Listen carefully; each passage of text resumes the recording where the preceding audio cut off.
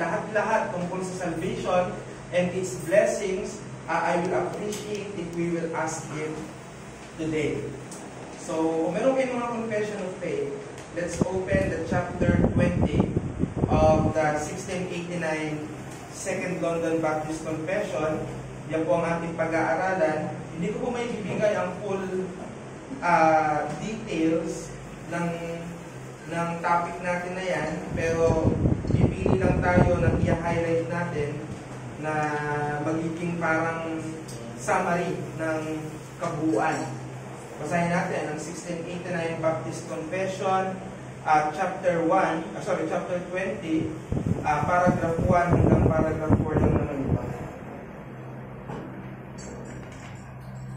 Ang title of the Gospel and of the extent of grace thereof.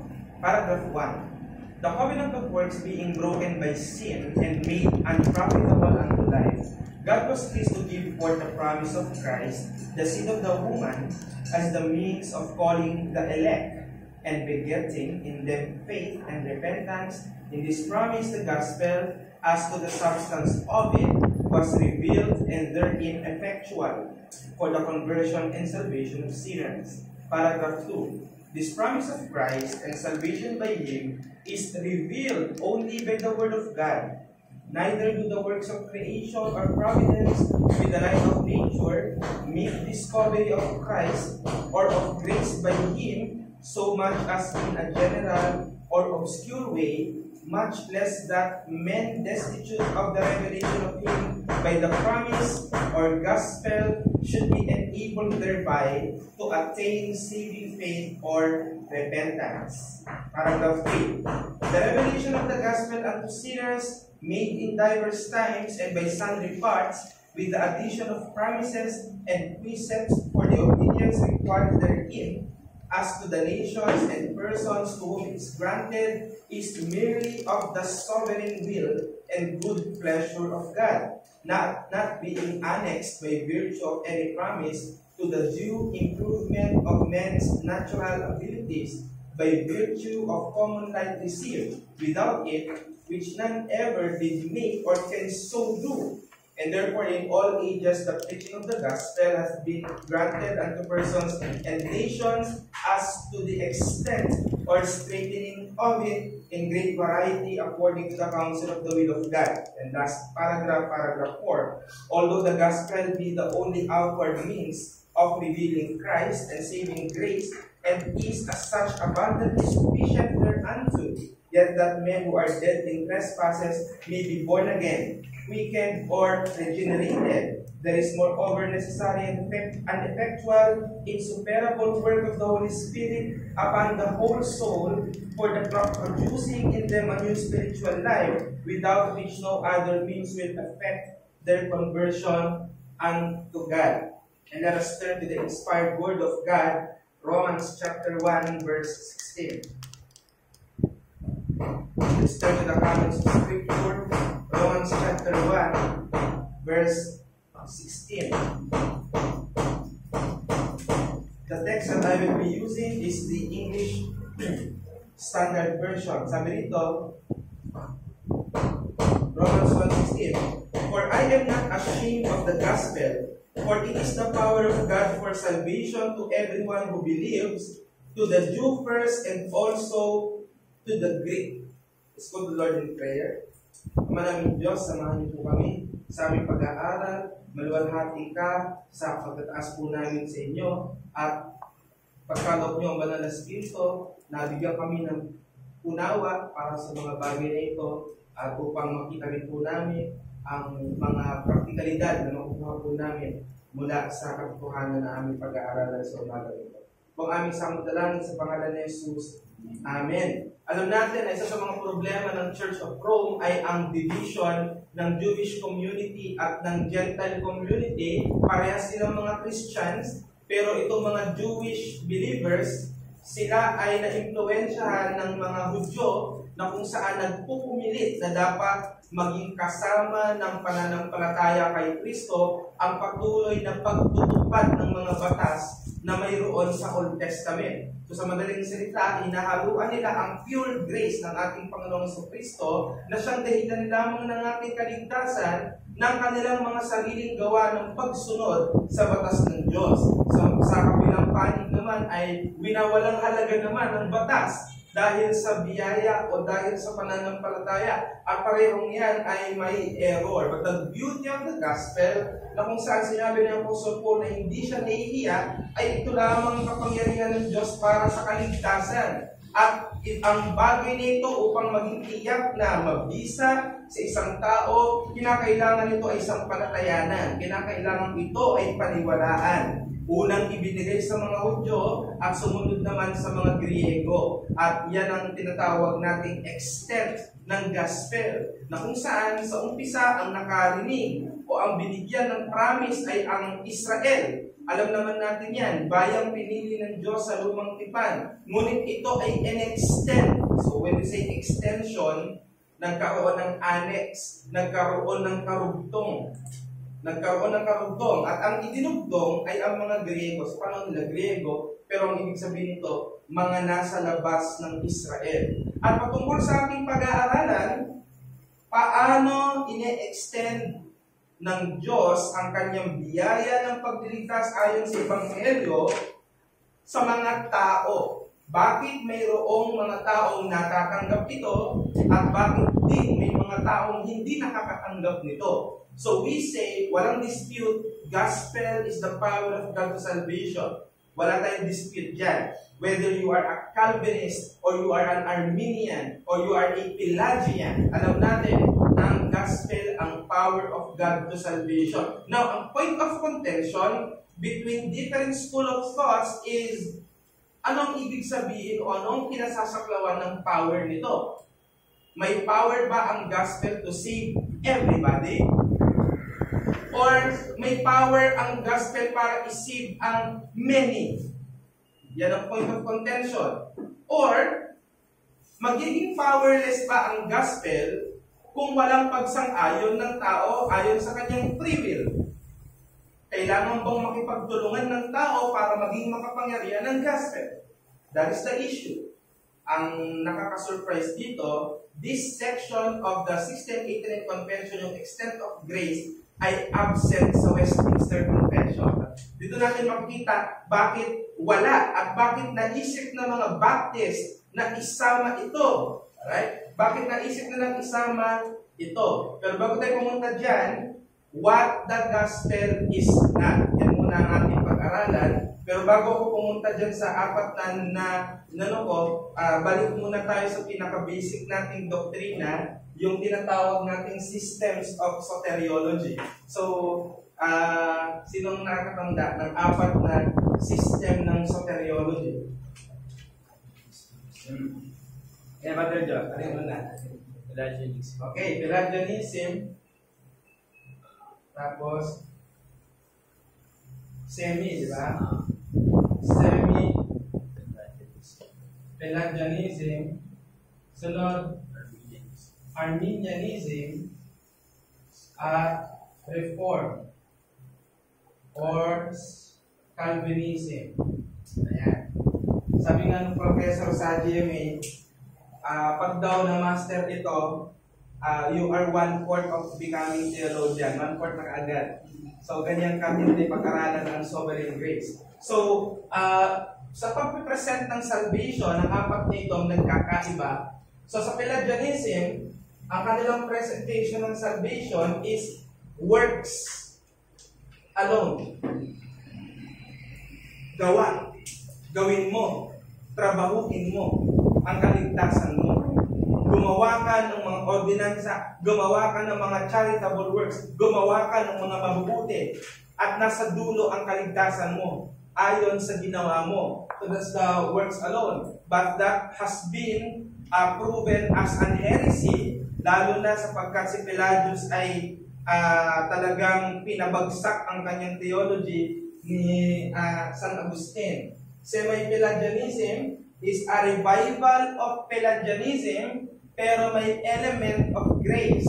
So dito naman, nandyan yung tinatawag na gumawa ka para ma-receive mo yung grace. So, works plus grace. May gagawin ka para makuha mo ang grasya ng Diyos. Kung gusto mong ikaw ay paboran ng Diyos, gumawa ka. Gawin mo ang ordinansa. Gawin mo ang mga bagay na may kinalaman sa ikaliligtas mo. At saka ka ngayon bibigyan ng grasya ng Diyos.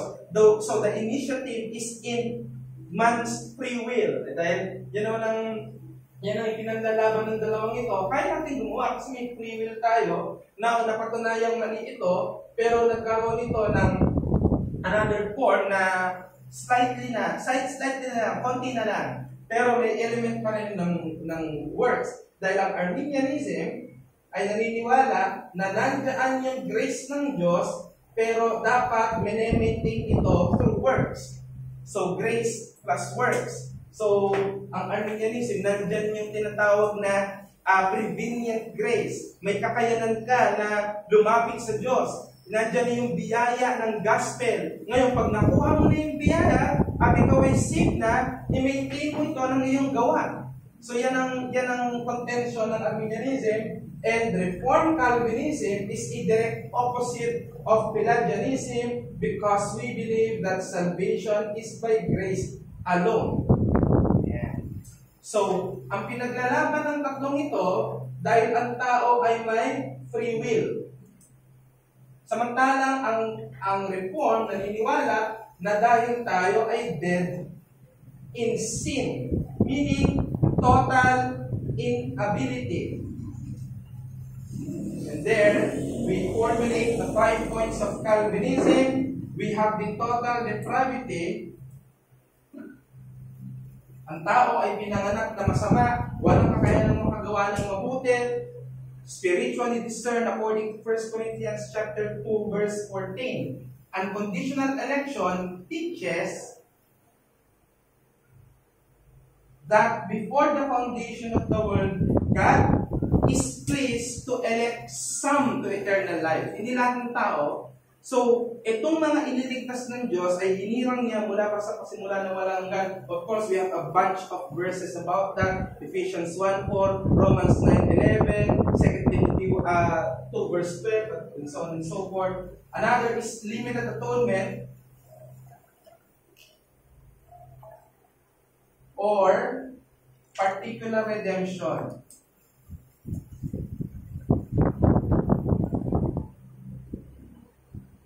Si Christ namatay para sa kasalanan ng mga elect. So, ang kalaban natin ay Arminianism, who teaches universal atonement. Christ died for all people, but the power of the gospel relies with man's will. Kailangan tumanggap siya, hindi mag-apply sa kanya.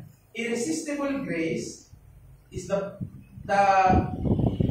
fourth point, and what we believe is that those whom God elected before the foundation of the world, He effectually calleth. Diba yun ang sinasabi ng ating confession, tatawagin niya, at sabi nga ng 2 Timothy chapter 1 verse 9, who hath saved us and called us with unholy calling. Na hindi unholy na hindi banal. With a holy calling. Not according to our works, but according to His purpose and grace.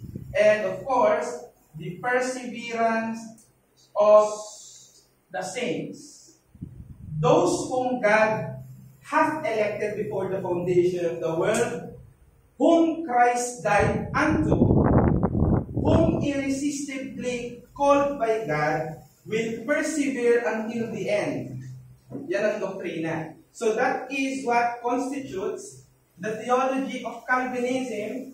Grace alone ang kaligtasan dahil totally depraved, ginawa ni Kristo in His particular redemption, na-discover natin because we are elected by God before the foundation of the world. At kailan natin nalaman? When we were called by God through the Holy Spirit. At paano natin napapatunayan? We have the perseverance of the saints. So it directly opposes works alone, works plus grace, grace plus works, lahat yan, mali. Grace alone ang tama. Ngayon, ang iniingatan natin ay yung i-disregard natin yung law sa buhay. Dahil ang place na lang ng law sa buhay natin is for our sanctification. We don't regard the law as something that we do in order for us to be saved, but we follow God's law, or we obey God's law because we are already saved. Now, what the gospel is not. Number one, Pelagianism. When I say Pelagianism, lahat niyan, Arminian, Semi, lahat niyan, pag-isay na natin. So, Pelagianism, or lagyan nyo ng open and close parenthesis, salvation by works. So, ang paniniwala ng salvation by works, ang tao ay pinanganak na neutral. So, pag sinabing neutral, kaya niyang piliin ng Diyos ayon sa kanyang sarili, o kaya niyang magdesisyon na siya ay mas safe. Pero, may katotohanan po ba yan? Wala. Dahil nagtuturo ang Bible na ang tao ay patay sa kasalanan. Basahin natin sa King James, ang Ephesians chapter 2 verse 1. Sino po ang may King James? Medyo kinapos ang ESV dyan. Mas gusto natin magbasa sa 2.1. Sa King James, ang Ephesians 2.1. Pakibasa po ng naka-authorized version dyan.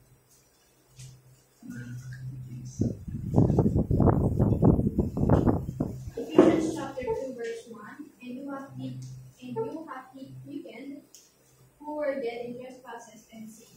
Ayun. Thank you, sister. So, ang sa ESV kasi, nandun na sa pangalawa and you were dead in trespasses and sins. Bagamat sakto yan, maganda. Pero sa King James, mas pinaliwanag. And you have quickened.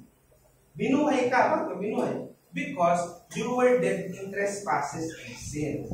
Ang pinagsasabi natin na kaya nating piliin ang Diyos. Kaya nating piliing maligtas. Samantalang ang definition ng Diyos sa tao, totally unable. Meron tayong total inability. So, hindi tayo makakalapit sa Diyos unless Diyos ang lalapit sa atin. Or, bubuhayin tayo. Kaya let's see what the Lord Jesus Christ has to say about this in John chapter 6 verse 44. Pakibasa po ng unang nakakita. Juan 6:44, Padre. Juan 6:44. Walang tao kakalapit sa akin, malit na nilapit siya ng Ama na nagsugo sa akin, at siya'y mag-ibubuhay sa mundo araw. Ang linaw po, sabi ng ating Panginoon, walang makakalapit sa akin. Bakit? Balik tayo sa binasa natin kanina. Kasi patay eh. Wala talaga makakalapit kasi patay. Yan ang sinasabi ni Christ dito. No one can come to me. Okay, so, sabi ni Christ, unless. So, yung ibig sabihin ng unless, may parang 13 point. Walang makakalapit unless. Ano sabi? Unless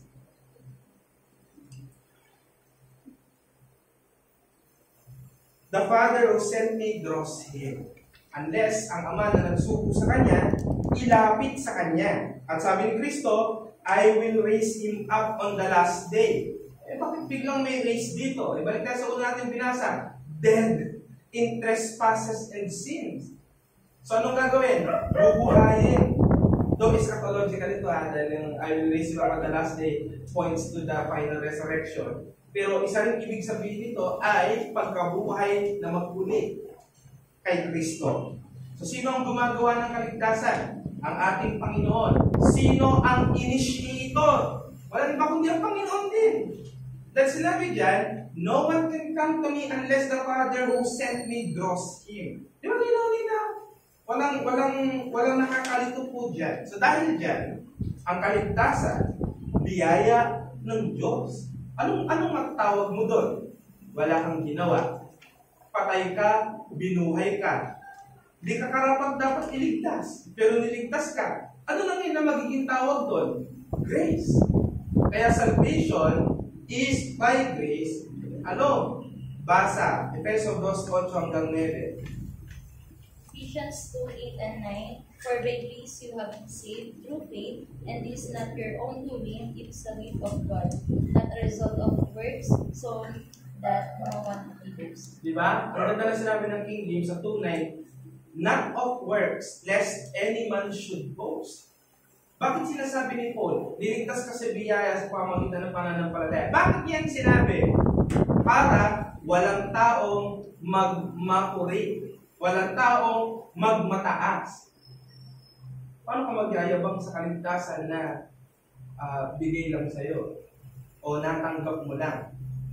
Pwede kang magyabang kung ang niyayabang mo ay si Kristo na siyang gumawa niya o author niya. So malinaw mga kapatid, ang salvation by works ay hindi gospel. Hindi yan ang message ng gospel. Now let me just clear out na as far as the gospel is concerned, meron tayong tinatawag na heresy. Pag sinabing heresy, very clear, mali. Hindi yun ng gospel. Very clear, mali. Alin yun? Kapag sinabi mo na hindi ka nasisave kay Christ, nasisave ka sa ginawa mo. So yan ay heresy. When you believe that, you are done. You will be done. Now, meron din tayong tinatawag na gospel presented as unclear or confused. Gospel pa rin, kaso ang labo. So, ano yung example niya? Niligtas ka ni Christ, siya lang ang nagligtas sa'yo. Pero, may gagawin ka. Kailangan mo manampalataya. Hindi yung galing sa kanya, galing sa'yo yun. When you presented the gospel like that, that's still a gospel. Bakit? Because yung object, which is Christ alone that saves, naroon. Kahit the way you explain it, ang labo mo pa sa ilog Pasig, masisave ang sino mang maniniwala sa iyo. Kaya lang, it needs to be clarified. So, anong pinaka-clear presentation of the gospel? Calvinism. Or Reformed theology. Hindi sinasabi ka lang maging Reform, ha? Parang tama ang gospel. Pero syempre, mag-i-endorse ka na rin din ng best product, you endorse the best. And Reform yun. So, next is prosperity gospel, o tinatawag din na health and wealth gospel. Ano naman tong gospel na ito? God wants you to be rich and never suffer. Ganda. Kung nasa Bible. Kasi wala sa Bible. Ano ang katotohanan? Pinangakuan ba tayo ng Diyos na sa mundo ay magiging mayaman tayo at hindi na tayo magdudusa? Ay, hindi ko pala Christian. Bakit? Nagdudusa ka eh. Marami tayong pinagdudusahan. So, ibig sabihin, hindi tayo nakatanggap ng gospel o ng prosperity gospel. Ang totoo, ang pinapangako sa atin ng Biblia, mga spiritual na biyaya, hindi material wealth. Kaya nga sabi ni Ephesians 1:3, blessed. Ano sabi doon? Blessed be the Father and God, blessed be the God and Father of our Lord Jesus Christ, who hath blessed us with spiritual blessings. Ano ibig sabihin ng spiritual blessings? Mga bagay ko na hindi nakikita. Hindi. Ibig sabihin ng spiritual blessings, biyayang bigay mismo ng Espiritu Santo. So ano ba yung mga biyayang binigay ng Espiritu Santo? Pinakauna na biyaya na binigay ng Espiritu Santo, Espiritu Santo. Yan nga yung tinatawag na tawag dito, first installment ng salvation blessing. Parang kalahati agad ng pangako ng kaligtasan nasa iyo na. Bakit? Because of the indwelling of the Holy Spirit. Yung Holy Spirit na everyday, ginaguide ka sa buhay. Pinapaalala sa iyo ang kabanalan. Kinokonvict ka sa iyong mga pagkakasala. That's the huge blessings of salvation, the blessing of salvation, the Holy Spirit. Ano ba yung mga binibigay ng Holy Spirit? Fruit. Ability to love, ability to be joyful, ability to be faithful, and everything, lahat yan. Understanding of the Word. Wisdom. Knowledge. Prudence. Lahat yan. So yan ang binibigay sa atin ng Diyos. Yan ang binibigay sa atin ng Diyos. Yan ang pinangako sa atin. At ang suffering po, mga kapatid, expected yan. Sabi ng Bible, basta ikaw Christian, ang suffering, matik na yan. Dadating yan sa iyo. 2 Timothy 3:12. Pakibasa po.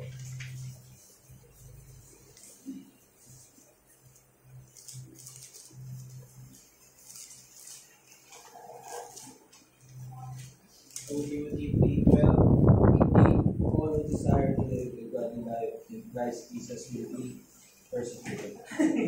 Sino daw ang may desire na sumunod sa Panginoong Jesucristo, you will be persecuted. Sabi ng iba, Brother Josh, nung panahon kasi nila, may persecution. Kaya ang context po niyan, pang panahon lang nila. May katotohanan po ba yun? Sige, pukayin natin. Mag-deep dive tayo. Bakit may persecution sa panahon nila? Kasi, they preach Christ. And people hate Christ. Right? They preach the Bible as the moral standard of humanity, and people are sinners, hence they hate it. Now, may nagbago ba sa mga tao ngayon? They still hate Christ. They don't want Christ to be part of their life. Especially if this Christ imposes what? Repentance. Change of life.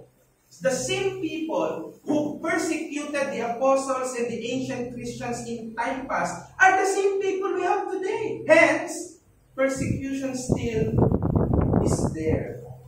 Kaya lang, dahil biniyayaan tayo ng Diyos ng government na leaning sa Catholicism, di tayo nakakaranas ng persecution sa ating bansa. Pero ang threat ng persecution sa Christianity is still there. Acts 14 verse 22. Please read. Anyone? Mga Gawa 14:22. Acts 14 verse 22. Strengthening the souls of the disciples, encouraging them to continue in the faith, and saying that through many tribulations we must enter the kingdom of God. Paano i-defend ng prosperity gospel ang theology nila samantalang pinagkakatayo yung mga apostol ng unang panahon? Sabi nila, wala daw magiging suffering sa anak kay Christ. Bakit? Prosperity daw ang binibigay. Teka, ba't baliktad yung nasa Bible? Ba't baliktad yung mga taong meron?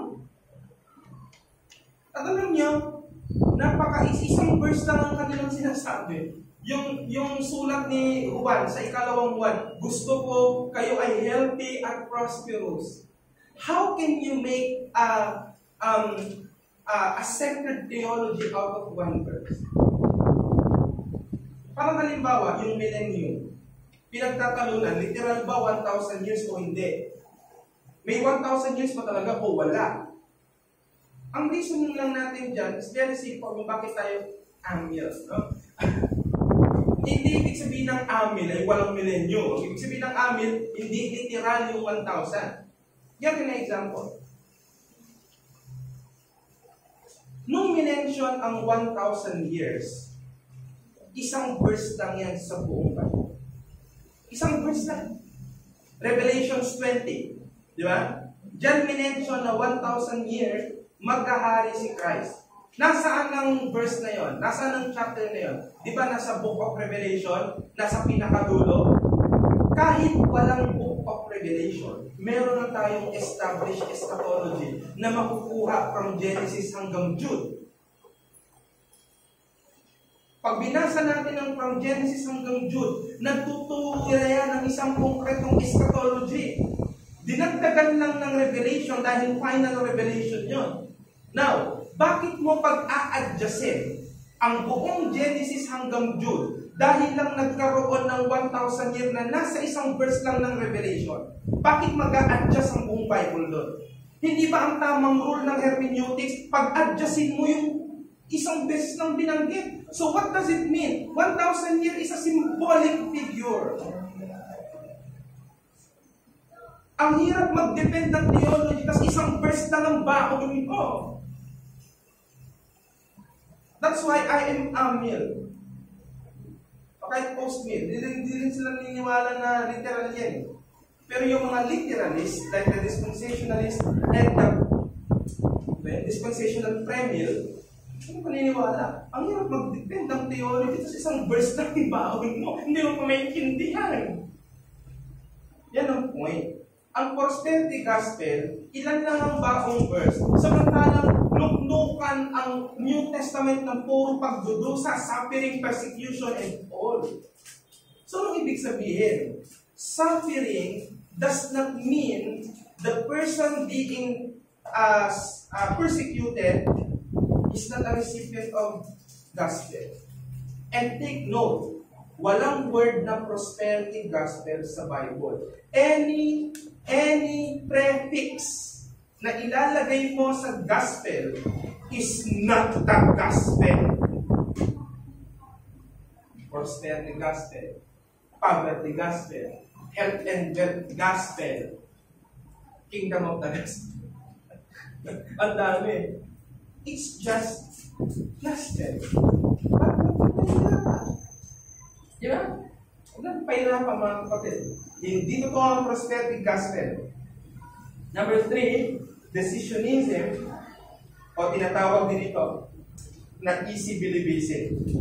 Alam nyo nito, ito yung error na kapag nag-pray ka ng sinner's prayer, or nag-decision ka para kay Kristo, ligtas ka na. So, madaling salita, para ma-save, mag-decision ka na tanggapin si Kristo. Mag-decision ka sa buhay mo. Di ba pag nagka-tax distribution, ganyan, kapag nagkaroon tayo ng pagkakataon makausap yung ating kausap, naalala ko nung may dumating na missionary mga Amerikano SBC, meron pa kaming lumban. Tapos, sinner ka, dilaw, si Christ ang kailangan mo. So, pag natapos niya, parang rosaryo lang. Pag natapos mo, umikot, save ka na. Save ka na. Balik ka na sa ginagawa mo. Save ka na. Mali. Pero naging part tayo niyan dati. Pero pinagsisisiyan na natin yun. Ang truth, ang totoong kaligtasan, hindi tungkol sa pagbuo ng desisyon, kundi sa pagbabago ng puso. Binabago ang puso ng totoong naliligtas. Basahin natin ang kay Tito 3:5. Pakibasa po.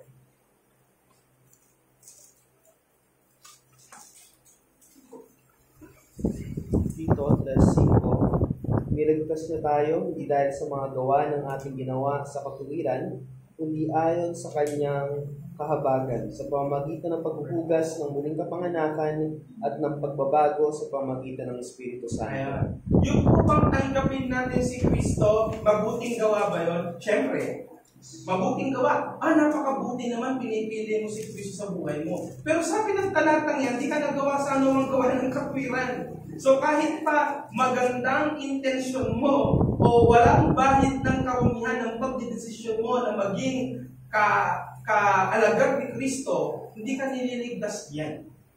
Yan ang sabi ng talatang yan.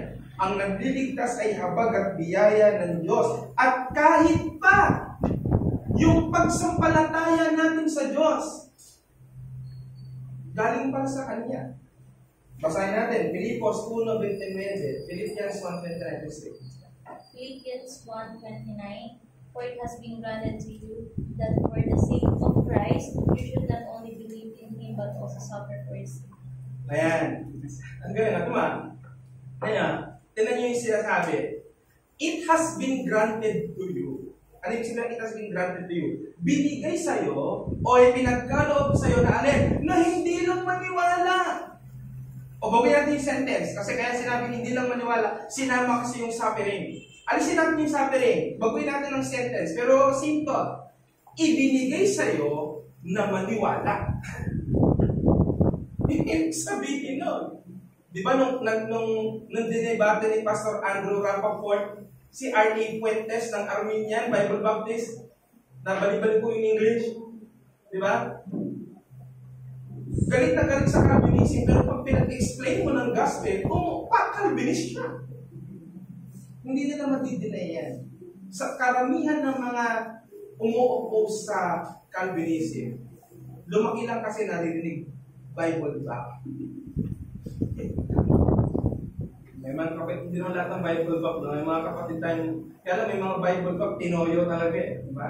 Sumobra toyo. Inaaway ang Calvinism, pero pag pinag-aralan mong theology ng soteriology, Calvinist din kayo. Di ba naman kayo? Yan, napahiya lang siya sa debating yun. Oo, mama. Pero alam mo, nakakalungkot to, yung obvious na natalo ka sa argument, and yet after that, you will rally to your people saying, napaya yung Calvinist, napaya yung Calvinist. What? Ba't may ganyang mentality? Iniisip mo, nanalo ka, but very obvious sa mga nanonood, hindi. Ano tawag doon? Pride and deceit. Pride and prejudice. Tawag doon. And next, hyper-Calvinism. Calvinist tayo, kaso mag-ingat na maging hyper. Ano naman ang hyper-Calvinism? Dahil grasya na ng Diyos lahat, hindi na kailangan ng Kristiyano mag-repent or mag-obey sa God's law. Ano itong hyper-Calvinism? Anti-Calvinism. Di ba? Ang tama, ang totoong grasya nagtuturo na iwanan ang kasalanan. Kay Tito, 2:11 hanggang 12. Ibasa. Titus chapter 2 verse 11, sapagkat nagpakita ang biyaya ng Diyos na nagdadala ng kaligtasan sa lahat ng tao, na nagtuturo sa atin ng matapos itakwil ang kasamaan at mga kamundong pagnanasa, ay dapat tayo mamuhay ng may kabinuan, matuwid at banal sa kasalukuyang panahon. Ayan o. Hindi na pinag-uusapan dyan na para maligtas. Assume na dyan na ligtas na. Ngayon, anong gagawin after? Mamuhay ng may katinuan. Mamuhay ng may kabanalan. So, we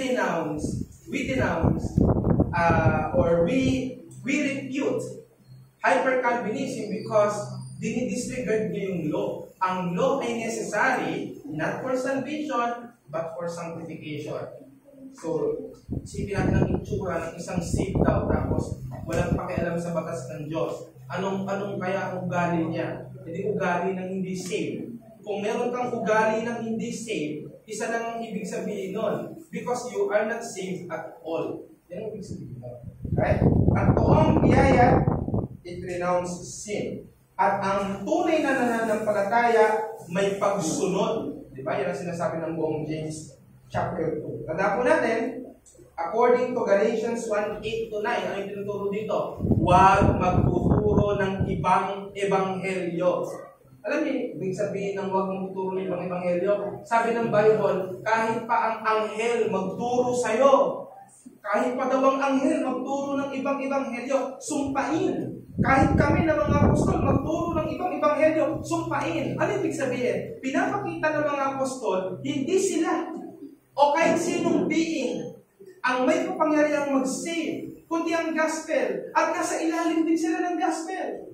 Kaya kahit sinong nilalang nalapastanganin ng mensahe ng ebanghelyo, worthy to be cursed, worthy to be accursed.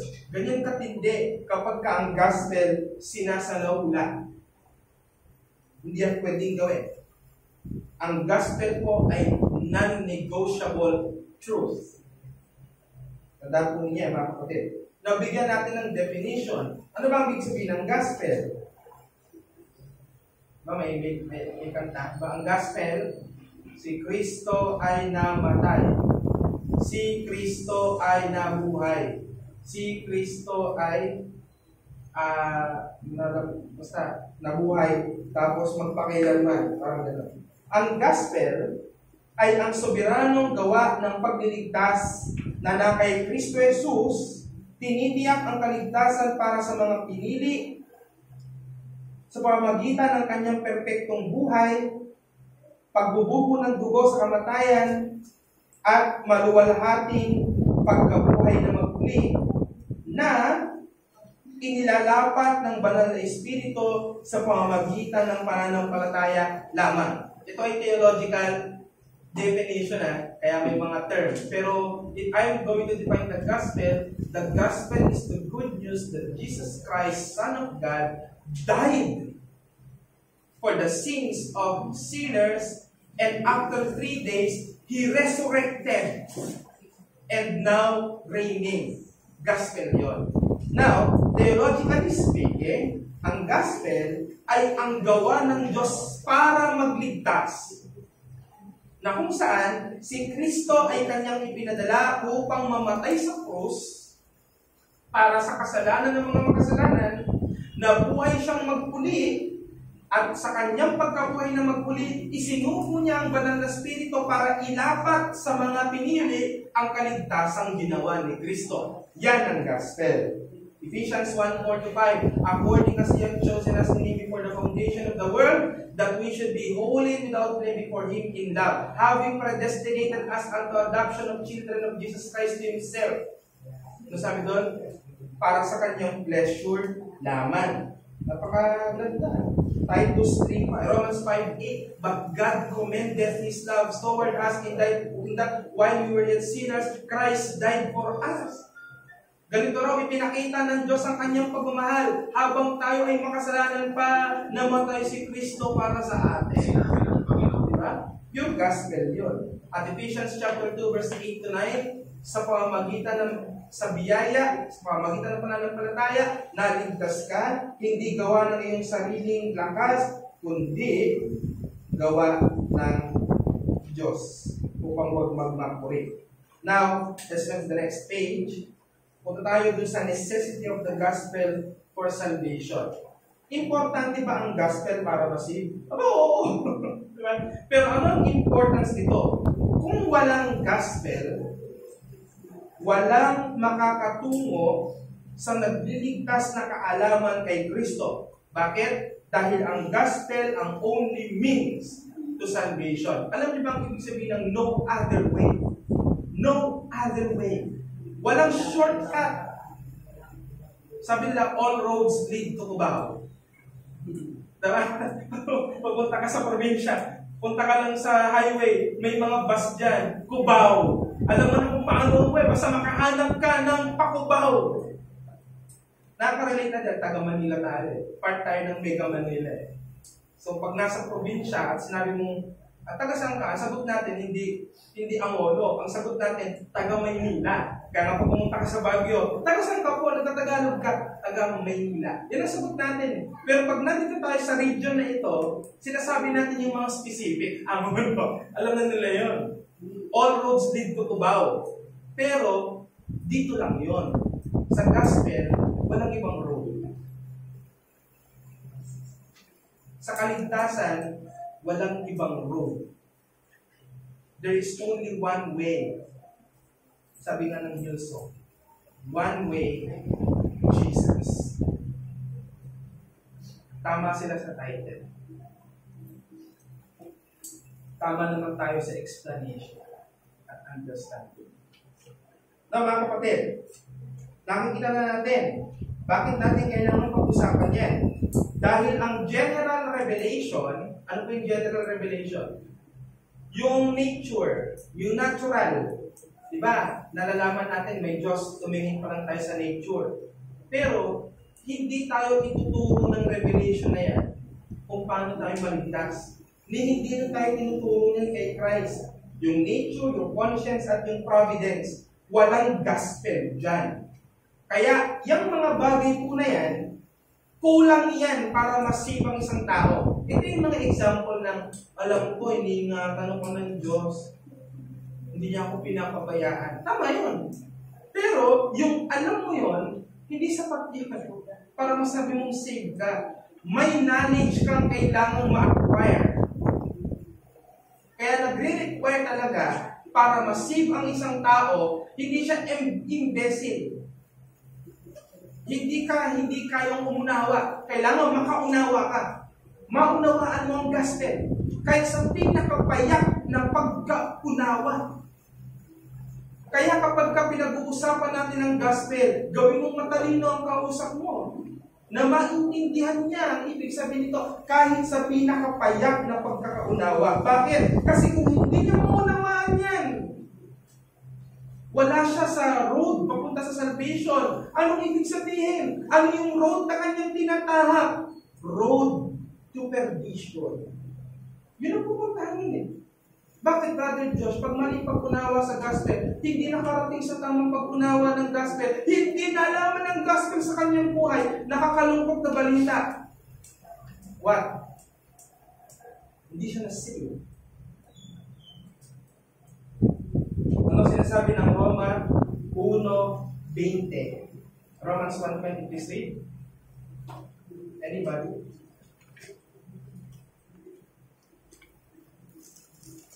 Romans 1:20, for his invisible attributes, namely his eternal power and divine nature, have been clearly perceived even since the creation of the world in the things that have been made, so they are without excuse.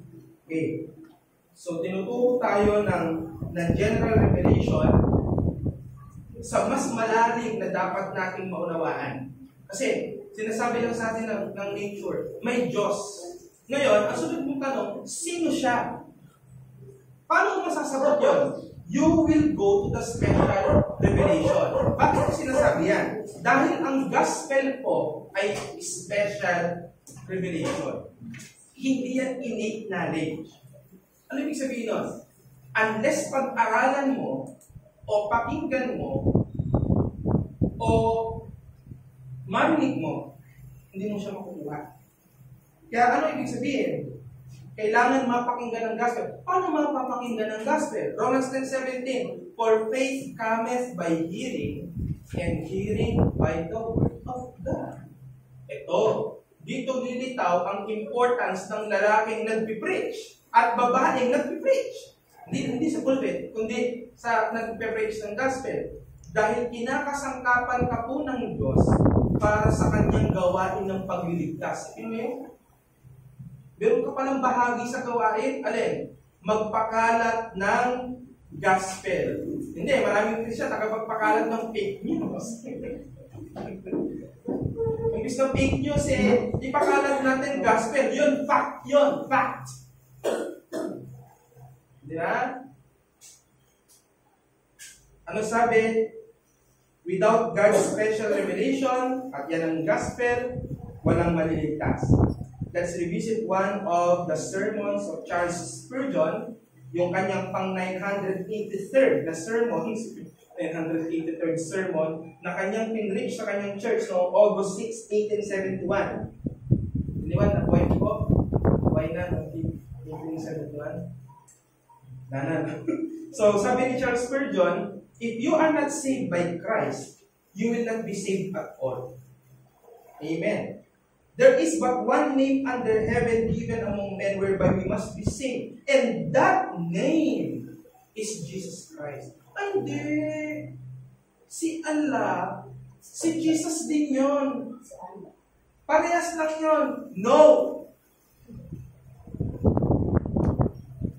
Ang linaw ng sabi ni Spurgeon, walang ibang pangalan. Pero alam nyo, kinapilan niya ni Spurgeon sa Acts 4:12. Anong sabi doon? There is no other name under heaven whereby we must be saved. Sinong name po yun? Si Jesus. Dapat kilala mo si Jesus.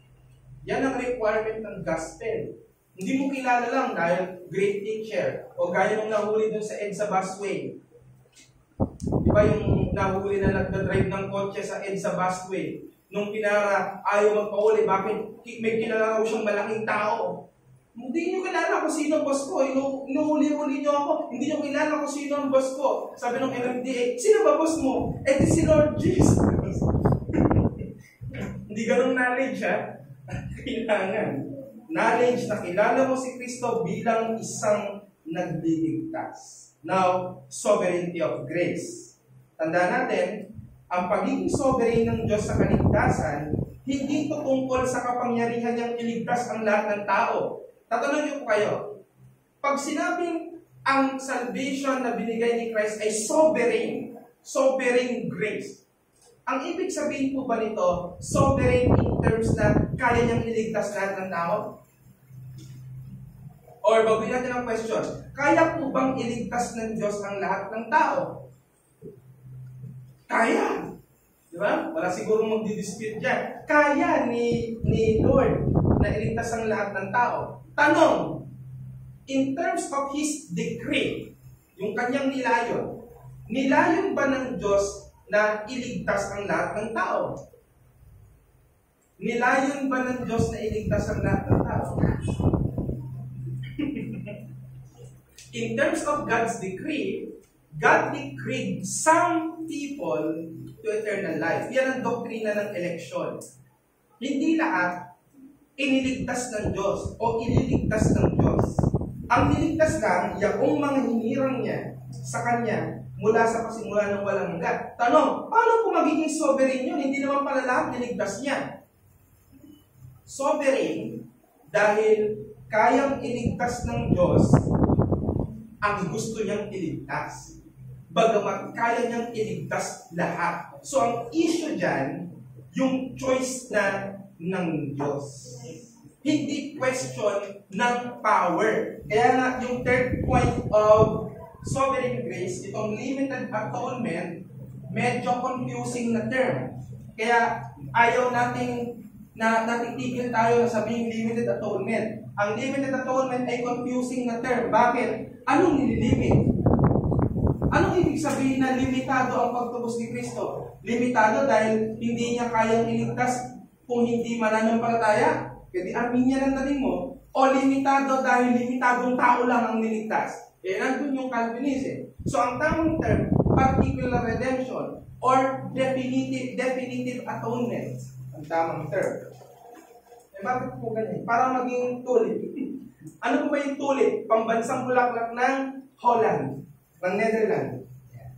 So, ano po ang mga sovereignty na makikita natin? God is sovereign in election. Pinili ng Diyos ang gusto niyang iligtas, hindi dahil nakita niyang mananampalataya sila o dahil sila ay may mabubuting gawa, kundi dahil gusto niya. Naalala ko si Brother Darwin, yung nakakaalala kay Brother Darwin. Tanong niya, anong naging basihan ng Diyos para piliin niya tayo? Ang sagot, wala. Ang sagot, gusto niya eh. Diba? Eh kung harumas na sagot, gusto ka bakit? Anong pakialam mo? Diba? At kaya nga hindi nireveal ng Diyos ng reason eh. Basta sinabi lang niya, pumili siya according to His own pleasure. Ang dapat mong maging response, Amen. Thank you, Lord.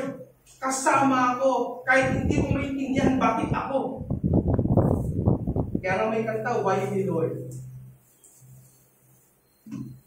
Particular redemption, ang pagtutubos ni Kristo ay mabisa lamang sa mga elect. Totoo ito mga kapatid. Kahit pa si R.C. Sproul, ang pag-sharing mo ng gospel sa isang taong siguradong reprobate, wala sa kanya yun. Kaya hindi rin yan tungkol sa husay. Ay kaya mga kapatid, si kapatid, maraming nakapatanggap kay Lord. Bakit? Very intelligent. Di ba nila narinig yung sarili nila? Nagtutunog parang dahil sa kanya, di ba? Kaya nasa-save. I believe, if you are saved by the gospel, you can preach the gospel. Kahit pa napakalabo mong magsalita. Di ba? Nakita na ba kayo nagkasalita? Ang labo-labo ng salita? Nagdi-deliver ng speech. Sabi nito, pa-ibay. Sabi nito, ba, hindi pulpit. Na? Karamihan, politiko. Now, so, particular redemption, next effectual calling, sinisiguro ng Diyos na ang kaligtasan ng kanyang mga pinili ay makakatungo sila kay Kristo. Yan ang nangyayari. Lahat tayo galing sa iba't ibang road. May Ibanez, may Kiko, may Manila East Road, may Medalba. Pero dahil pinili tayo ng Diyos, dinala tayo sa sentro ng ating pagsamba. Dahil meron tayong pinag-share na isang meal. Alin yun? Christ. Every Lord's Day, we eat Christ. Kinakain natin si Kristo by Lord's Supper. Sinusubo natin siya. Ninanamnam natin ang sarap ng ginawa ni Kristo para sa atin. Every time we eat the elements, ang aalalahanin mo, ang buti ng Lord. Hindi pa ako saved, nagpe-preserve na. Lalo na nung nasave ako. Ngayon may trabaho ako. Ngayon nag-aaral ako. Libre yung pag-aaral. Lahat yan para sa akin. Lahat yan, blessing ng gospel. Kaya kung meron ng pinakamasayang part na ginagawa tayo every Lord's Day, is whenever we commune with ourselves and pinagkasaluhan natin yan. Pagkatapos mong ma-inspire sa preaching, yan ang sunod mong gagawin. Remember Christ for what He has done. Kaya point, God's sovereignty in salvation is not about the universal application of salvation, but about His free and sovereign choice to save whom He wills.